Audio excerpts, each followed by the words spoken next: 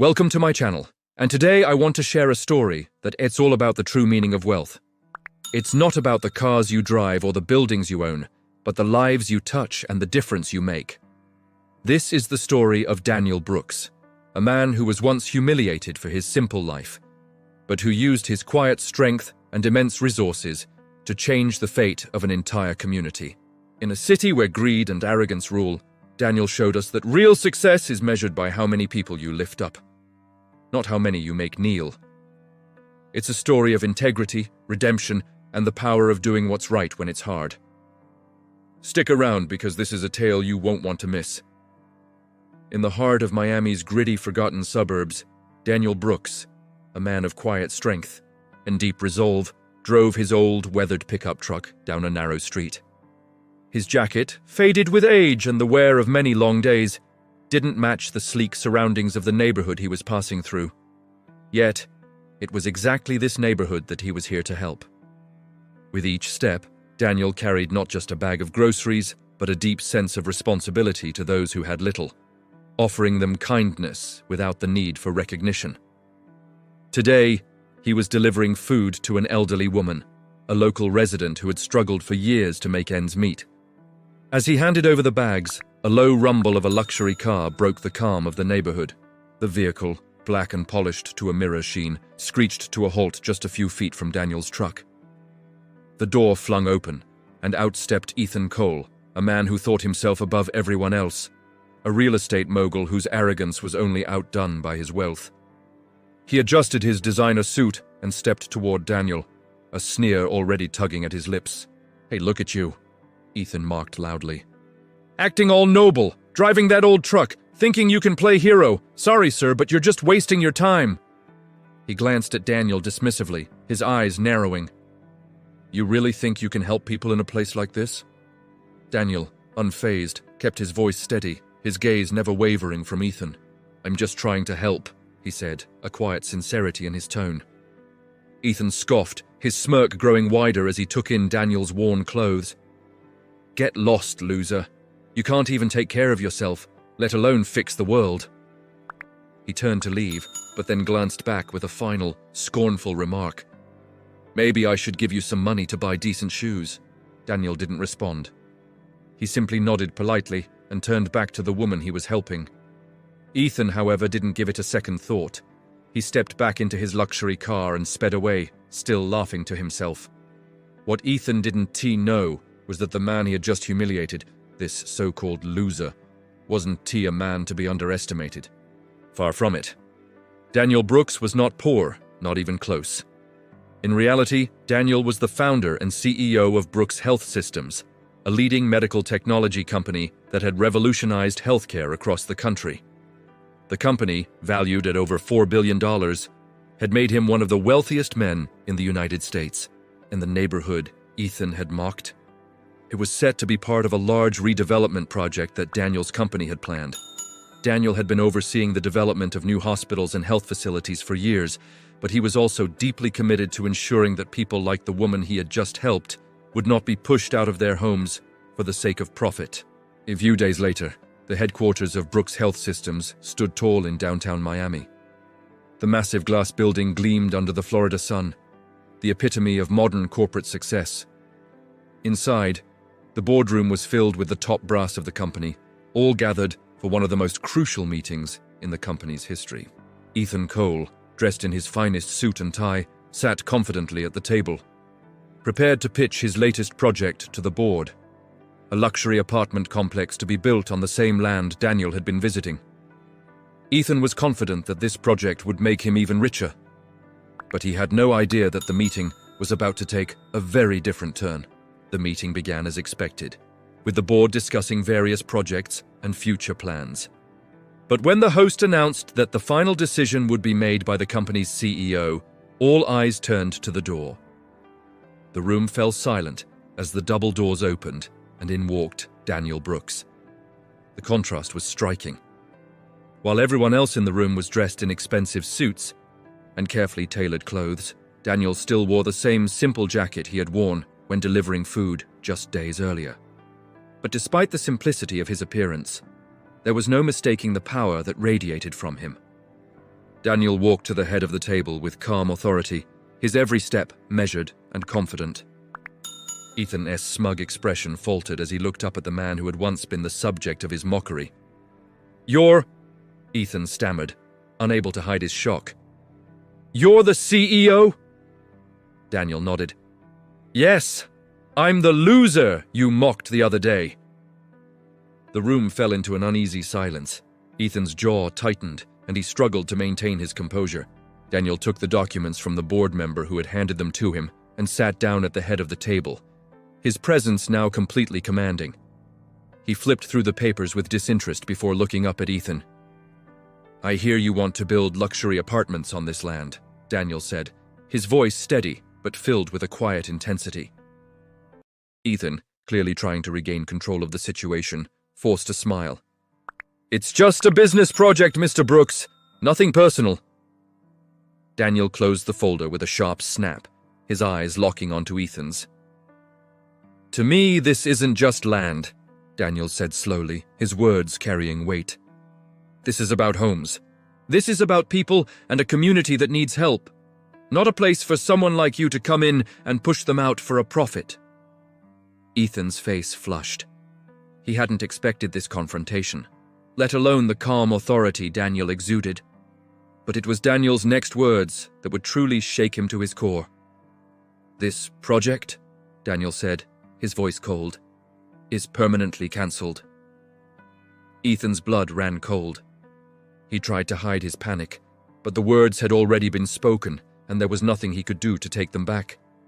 Daniel stood up, his gaze sweeping across the room, and then turned back to Ethan. "You mocked me for giving too little, but you never thought about giving anything at all," he said, his voice softening for a moment. "The people here, the ones you wanted to push out of their homes, they deserve better. This isn't just a business. It's about humanity." With that, Daniel took a final glance around the boardroom, his eyes lingering for a moment on each of the stunned board members. "True wealth," he continued, "is not measured by how much you own, but by how many people you help rise." And with that, Daniel walked out of the room, leaving a shaken Ethan behind. The boardroom was silent, the members exchanging nervous glances as they processed the weight of Daniel's words. Ethan stood frozen, his mind racing. The man he had mocked, the one he had humiliated, had just destroyed his project and his reputation. Ethan had always believed he was untouchable, that his money and arrogance made him invincible.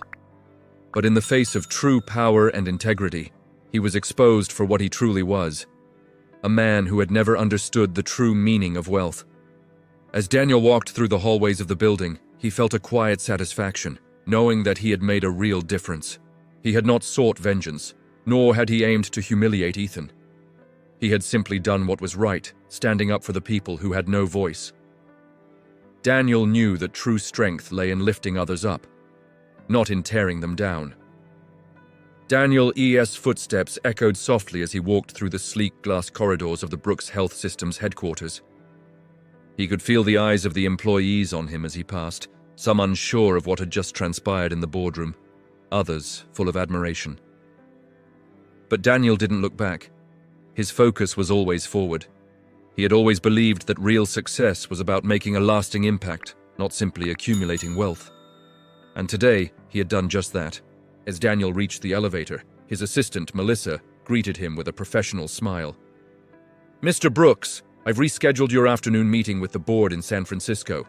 They'll be expecting you tomorrow." Daniel nodded absently, his thoughts still lingering on the confrontation he had just had with Ethan. "I'm not going to San Francisco," he said quietly. "Cancel everything for today." Melissa hesitated, sensing that her boss wasn't his usual self. "Is everything okay, Mr. Brooks?" Daniel met her gaze, and for a moment his calm exterior cracked. He wasn't just concerned about Ethan's failed project. He was worried about the people in the community he had fought for. Ethan's arrogance was only the surface of a much deeper problem, a world that often placed profit over people. But Daniel was not just a businessman. He was a leader with a moral compass, and that compass was pointed squarely at doing the right thing.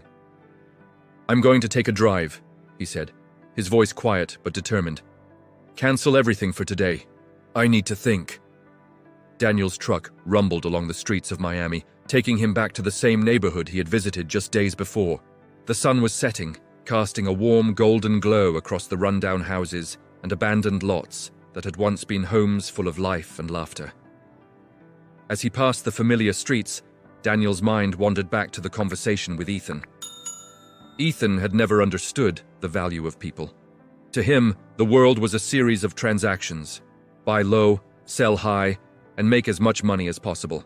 But Daniel knew better. He had built his company on the idea that healthcare was not a commodity, but a human right. Every dollar that came into Brooks Health Systems wasn't just a number on a balance sheet.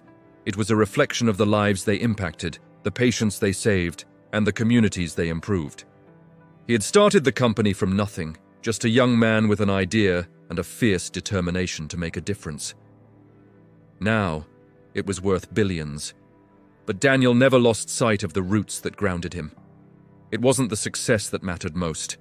It was the journey, the people he helped along the way. As Daniel turned onto the street where he had delivered food to the elderly woman, he noticed that the area seemed even more desolate than before.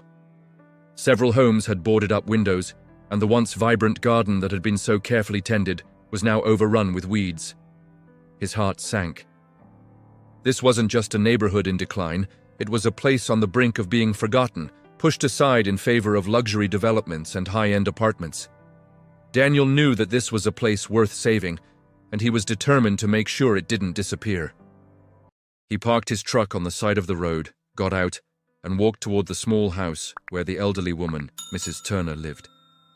She had lived in the neighborhood for decades, and had always spoken about the changes that were coming, the ones that would force her out of her home. As Daniel reached her doorstep, he knocked softly. The door creaked open, and Mrs. Turner's warm, weathered face appeared. "Well, if it isn't my good neighbor, Daniel," she said with a smile. "What brings you by today?" "I just wanted to check in," Daniel replied, his voice gentle. "How are you holding up, Mrs. Turner?" She sighed, her frail shoulders slumping slightly. "It's been tough, Daniel. I don't know what's going to happen to all of us. They keep talking about new buildings, but no one said a word about what will happen to the people who live here. The city doesn't care about us anymore." Daniel's heart went out to her. He knew the feeling all too well. He had seen it in so many other neighborhoods, places once filled with families, now abandoned or neglected, all in the name of progress. But Daniel wasn't going to let this be one of those stories. "You don't have to worry, Mrs. Turner," he said firmly. "I'll make sure that no one gets left behind. This community is going to get the help it needs." She looked up at him, her eyes filled with both hope and skepticism. "You really think you can change things?" Daniel nodded. "I have to try. This isn't just about buildings or land, it's about people. And I'm not going to stand by while they get pushed out." Mrs. Turner smiled, her eyes twinkling. "Well, I've lived a long life, Daniel. I've seen my share of promises made and broken, but if anyone can do it, it's you." Daniel smiled back, a quiet confidence in his expression. "I'll make sure of it." As Daniel left the house and walked back to his truck, his resolve grew stronger. He had been right to stand up to Ethan Cole. He wasn't just fighting for his company's future, he was fighting for the future of these people, these communities that had been forgotten in the rush to build bigger and better things. And he wasn't about to let them slip away. But as he drove away, Daniel knew the real battle was just beginning. Ethan's project was only one small piece of a much larger puzzle. The redevelopment of this neighborhood could either lift the community up or tear it apart. And Daniel was determined to ensure it was the former. The next few days were a whirlwind of meetings, phone calls, and strategy sessions. Daniel worked tirelessly, using the influence of Brooks Health Systems to pressure local officials, developers, and even the city council to reconsider the redevelopment plans. He pushed for affordable housing to be included in the new development, ensuring that the residents who had lived in the neighborhood for decades wouldn't be pushed out in favor of wealthy newcomers. Daniel's efforts were relentless, and soon it became clear that the community was rallying behind him. The days that followed were filled with relentless activity. Daniel, once again back in the office, found himself at the center of what seemed like an unending storm. He had always been a man of action, but this was different. This wasn't just about making deals or managing a multi-billion-dollar company. This was personal. The stakes were higher now. The future of a community, a group of people who had been forgotten by the city and the system, was hanging in the balance. As Daniel sat in his office, he looked out the window at the sprawling city of Miami, a city that had seen both unimaginable wealth and deep poverty. It was a city of contradictions, a place where the luxurious towers of glass and steel seemed to rise higher each day, while the neighborhoods below were left to crumble. It was a city of ambition and greed, but also of hope and resilience. Daniel had seen both sides of it. He had grown up in a modest neighborhood, just like the one he was now trying to save, and he knew that the fight to preserve it wasn't going to be easy. But Daniel wasn't one to back down from a challenge. He spent the next few weeks meeting with city officials, local activists, and community leaders. He called in favors from old friends, mobilized his team at Brooks Health Systems, and used his company's influence to push for a more balanced approach to the redevelopment. Daniel wasn't asking for much, just that the community's residents be included in the process, that their homes be protected, and that the development reflect the true diversity of the area, not just the wealthier, more privileged aspects of the city. At the same time, Daniel kept a low profile. He knew that he could have used his position as the CEO of a multi-billion-dollar company to simply bulldoze his way through the process, but that wasn't his style. Daniel was a man of principle, not just of power, and he understood that real change came from collaboration, not domination. So he spent his time listening to the residents who had been there for decades, to the activists who fought tirelessly for affordable housing, and to the workers who were often overlooked in the conversation about gentrification. And slowly, the tide began to turn. Ethan Cole, on the other hand, had no idea what was happening behind the scenes. Still stung by his public humiliation in the boardroom, he refused to admit that he had underestimated Daniel. Instead of backing down, he doubled down on his plans for the luxury apartments, determined to show everyone that he could succeed without Daniel's interference. He enlisted the help of local politicians, hired a public relations firm, and began launching a full-scale media campaign, trying to paint himself as the hero who would bring progress to the area. But the more he pushed, the more the community rallied behind Daniel.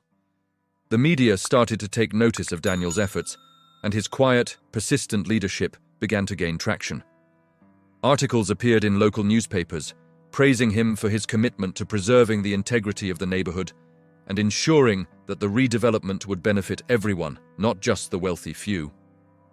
Daniel's reputation as a compassionate leader was growing, and Ethan's arrogance was being exposed for what it was, a thinly veiled attempt to make a profit at the expense of others. The turning point came when Daniel invited Ethan to a public debate on the redevelopment plans. The event was held at a local community center, and it was open to the public. Daniel knew that this was his chance to put the issue into the hands of the people who mattered most, the residents of the neighborhood. The room was packed with dozens of local residents, activists, and city officials in attendance. The tension in the air was palpable, as everyone knew this would be the moment of truth.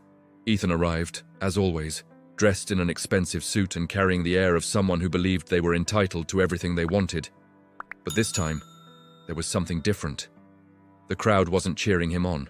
They weren't impressed by his wealth or his polished image. In fact, the room was quiet as he took the stage. The contrast between Ethan and Daniel couldn't have been more stark. Daniel walked in quietly, dressed as he always did. Simply, yet with an air of confidence that came from knowing he didn't need to show off. As he stepped up to the microphone, the room fell silent. Daniel didn't need to make grand speeches. Instead, he simply spoke from the heart. "I'm not here to make a deal. I'm here to make sure that the people who have lived in this community for years aren't pushed aside in favor of luxury apartments that no one in this room can afford. This neighborhood deserves better. And I'm not going to sit by and let it be forgotten," Daniel said, his voice calm but powerful. The crowd began to clap, slowly at first, but then with growing enthusiasm. It was clear that Daniel had won them over. They weren't interested in Ethan's promises of development. They wanted something real, something that would improve their lives without displacing them. Ethan tried to argue, but his words fell flat. He talked about job creation, about progress, but it was all too hollow, too focused on profit. He couldn't connect with the people in the room the way Daniel did. And as the debate went on, it became clear that the crowd was with Daniel, not Ethan. By the end of the night, Daniel had won the debate. The media coverage the next day was overwhelmingly positive for Daniel, and his efforts to include the community in the redevelopment plans were lauded. Ethan's project, once seen as a sure thing, was now in jeopardy. The city council began to back away from the luxury apartment plans, and local developers began to look at Daniel's proposal as the more viable, more humane solution. It was a massive victory, but Daniel knew it wasn't over yet.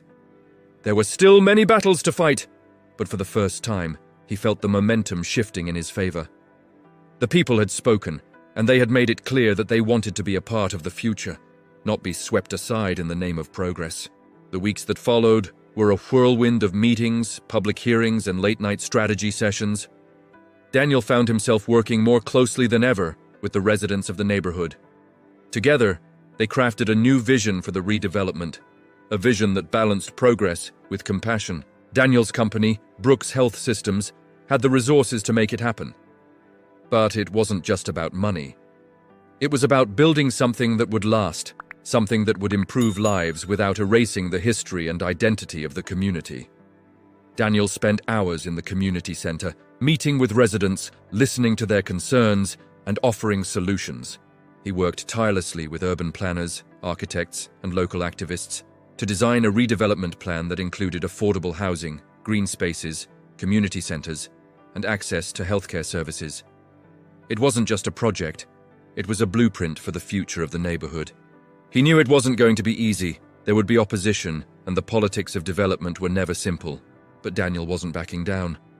He had spent years building a reputation as a man who got things done, and he wasn't about to let one arrogant real estate mogul derail the community's future. Ethan Cole, on the other hand, had not given up. His media campaign had failed, but his pride wouldn't allow him to quit. He began to retaliate in ways that were more subtle, undermining Daniel's efforts behind the scenes, attempting to sway local officials with promises of large donations to city projects, and continuing to push for his luxury apartment complex. But Ethan's arrogance was his greatest flaw. He underestimated the strength of the community, the loyalty of the people Daniel had worked so hard to build relationships with. One day, as Daniel was meeting with a group of residents at the community center, a local reporter approached him. "Mr. Brooks, I need to ask you about some rumors that have been circulating," the reporter said, holding up a phone. There are reports that Ethan Cole is trying to get the city council to approve his luxury development project through backdoor deals. What's your response to that?" Daniel's face remained calm, but inside, a spark of anger flickered. He had expected this. Ethan was playing dirty, and it was clear that he would stop at nothing to get his way. "This is not about me or Ethan Cole," Daniel said, his voice steady but firm. "This is about the future of this community. If Ethan is making deals behind closed doors, that's something the people should know. But I'm not here to fight dirty. I am here to make sure that the people who have lived here for years are given a seat at the table." The reporter nodded, sensing the weight of Daniel's words. Over the next few days, the story spread, and the public began to demand transparency from the city council. Daniel's efforts to shine a light on Ethan's underhanded tactics only strengthened his position. The more the public learned about the two men, the more they rallied behind Daniel. His integrity, his willingness to stand up for what was right, resonated with the people. And in contrast, Ethan's tactics began to look more and more like a desperate attempt to hold on to power. As the weeks turned into months, the redevelopment project began to take shape. Daniel's vision for the community was slowly coming to life. Brooks Health Systems spearheaded the construction of a new healthcare facility that would provide affordable medical care to the neighborhood, ensuring that the people who lived there had access to the same quality of care that those in wealthier parts of the city enjoyed. New homes were being built, not just for the wealthy, but for everyone. Daniel made sure that the affordable housing units were included as a central part of the plan, rather than an afterthought. Ethan, meanwhile, was losing ground. His luxury apartment complex was stalled at every turn. The city council had begun to listen to Daniel's arguments, and the pressure from the community was too great for them to ignore. More and more residents showed up at city meetings, voicing their support for Daniel's proposal and their opposition to Ethan's project. The shift in momentum was undeniable. One afternoon, as Daniel was meeting with a group of local leaders to discuss the final stages of the redevelopment, he received a call from his assistant. "Mr. Brooks," Melissa said, her voice tense, "there's something you need to know. Ethan Cole is making one last play. He's meeting with the mayor tomorrow, and he's offering a multi-million-dollar donation to the city in exchange for approval of his project." Daniel's jaw tightened. He knew that Ethan had been working behind the scenes to make this final push, but he wasn't worried. He had something Ethan didn't: the support of the people. "I'll be there," Daniel said calmly. "Tell the mayor I'll be joining them." The next day, Daniel arrived at City Hall, walking confidently through the corridors, flanked by his team of advisors and community leaders. As he entered the mayor's office, he saw Ethan sitting at the table, a smug smile on his face as he leaned back in his chair, clearly convinced that his money would be enough to sway the mayor. "Daniel," Ethan said, his voice dripping with condescension, "I didn't expect you to show up. I'm sure you've heard about my offer. I'm going to make sure the city moves forward with this project, whether you like it or not." Daniel didn't respond immediately. Instead, he turned to the mayor, who was sitting at the table looking uncomfortable. "Mr. Mayor," Daniel began, his voice steady but unwavering, "this isn't about money. It's about the people you represent. It is about ensuring that the future of this city is one where everyone has a chance to thrive, not just those who can afford to live in luxury apartments. This project," he continued, "isn't just about redeveloping land. It's about giving the people of this neighborhood a future, not pushing them aside." The mayor shifted uncomfortably in his seat, clearly torn, but Daniel could see that the tide had already turned. The pressure from the community, the media, and even the city council had been mounting, and Ethan's wealth and influence were no longer enough to drown out the voices of the people. "I've heard your side, Daniel," the mayor said, looking at Ethan, his tone firm. "But I've also heard the voices of the community, and after careful consideration, I'm going to have to side with the people." Ethan's face contorted with disbelief and rage. "What? You can't be serious! I've offered millions to this city!" Daniel turned to face Ethan, his expression calm but resolute. "True wealth isn't measured by how much you own, Ethan. It's measured by how many people you help rise. And it's time for you to learn that lesson." The mayor nodded, signaling the end of the meeting. Ethan stood up, his face red with anger, but there was nothing he could do. His project had been rejected. His empire had crumbled, not because he lacked money, but because he lacked the one thing that Daniel had: integrity. As Daniel left City Hall, he felt a deep sense of satisfaction. This wasn't just a victory for him, it was a victory for the community. And for the first time in a long while, Daniel felt that the world was a little bit more just, a little bit more fair. The final chapter in this ongoing battle between Daniel Brooks and Ethan Cole had unfolded not just as a professional conflict, but as a deeply personal one as well. For Daniel, this wasn't about winning a legal battle or securing a lucrative deal.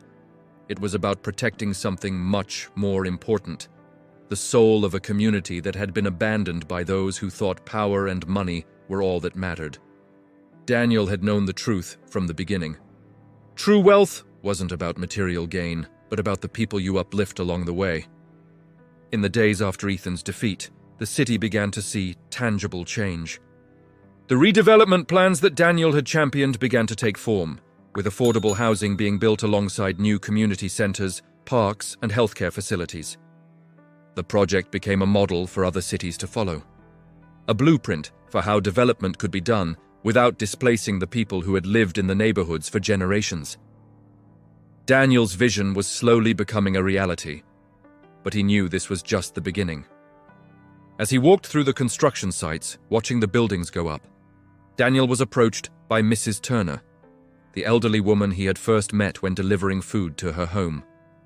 Her face was alight with gratitude as she approached him, a sparkle in her eye that hadn't been there the last time they spoke. "Daniel," she said, her voice soft but filled with emotion, "I can't believe it. I never thought I'd live to see the day when this neighborhood would be like this. You've done more for us than anyone ever promised." Daniel smiled, his heart swelling with pride, but he remained humble. "This isn't just me, Mrs. Turner. This is all of us. The community came together to make this happen. I'm just here to make sure it gets done right." As they spoke, a group of children played nearby, their laughter ringing through the air. They were playing on the new playground that had been built in the center of the neighborhood, a place where children could run, play, and dream.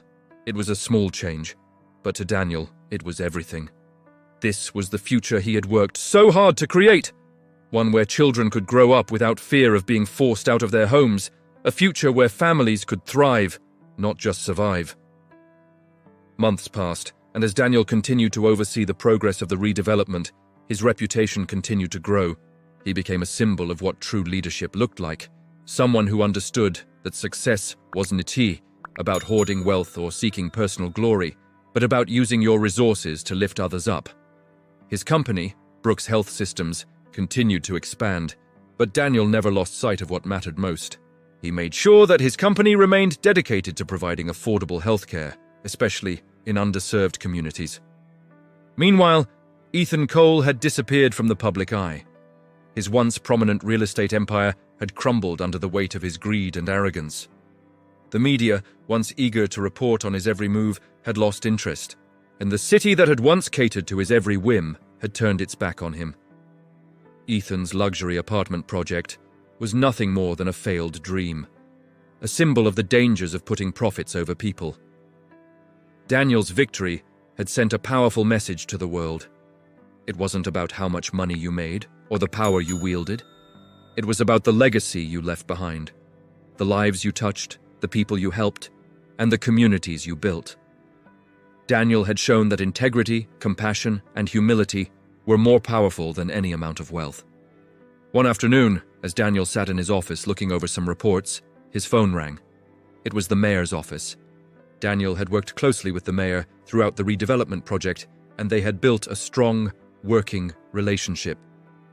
"Mr. Brooks," the mayor's voice came through the phone, "we've been talking, and we'd like to offer you something. We want to name the new community center in your honor. You've done something no one else could, and we think it's time you received the recognition you deserve." Daniel was taken aback by the offer. He had never sought recognition for his work. For him, it was always about the people, not the accolades. But as he thought about it, he realized that this wasn't just recognition for him. It was recognition for everyone who had been a part of the journey, everyone who had fought for a better future for the neighborhood. "I appreciate the offer," Daniel said after a moment of silence, his voice sincere. "But this is not about me. This is about all of us, the community, the workers, the residents, the activists. We all made this happen." The mayor chuckled. "I understand, Daniel, but I think the community would want you to have it. You've earned it." After a long pause, Daniel finally agreed. "Okay, but let's make sure we don't stop here. There's still so much more to do." And so, the Daniel Brooks Community Center was born, an enduring symbol of what could happen when a person used their power and influence for good. The center became a hub for education, healthcare, job training, and social services, a place where families could come together to build a better future. It was a place where Daniel's vision for a just and compassionate community could live on, long after the construction was finished and the buildings were completed. As the years went by, Daniel's influence only continued to grow, but he never let it change him. He remained the same humble man who had once driven an old pickup truck through a neighborhood in need, delivering food to an elderly woman. He continued to fight for the causes that mattered to him, using his wealth and resources to help those who had been overlooked and left behind. Ethan Cole, on the other hand, faded into obscurity. His name became a cautionary tale, a warning to anyone who believed that wealth and power could buy happiness or respect. The people of Miami had learned an important lesson from the showdown between him and Daniel.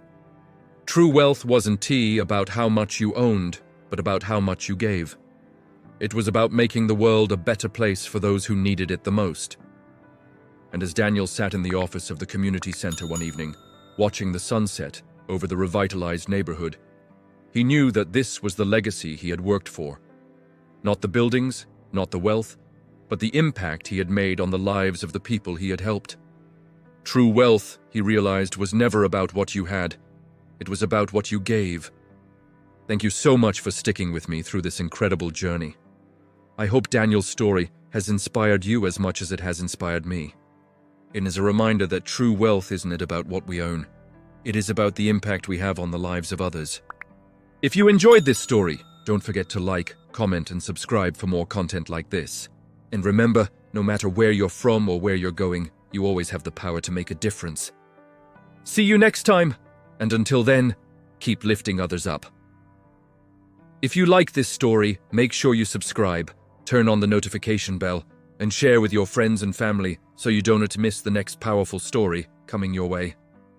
Drop a heart in comment, like and subscribe my channel, and visit my channel for more interesting story videos.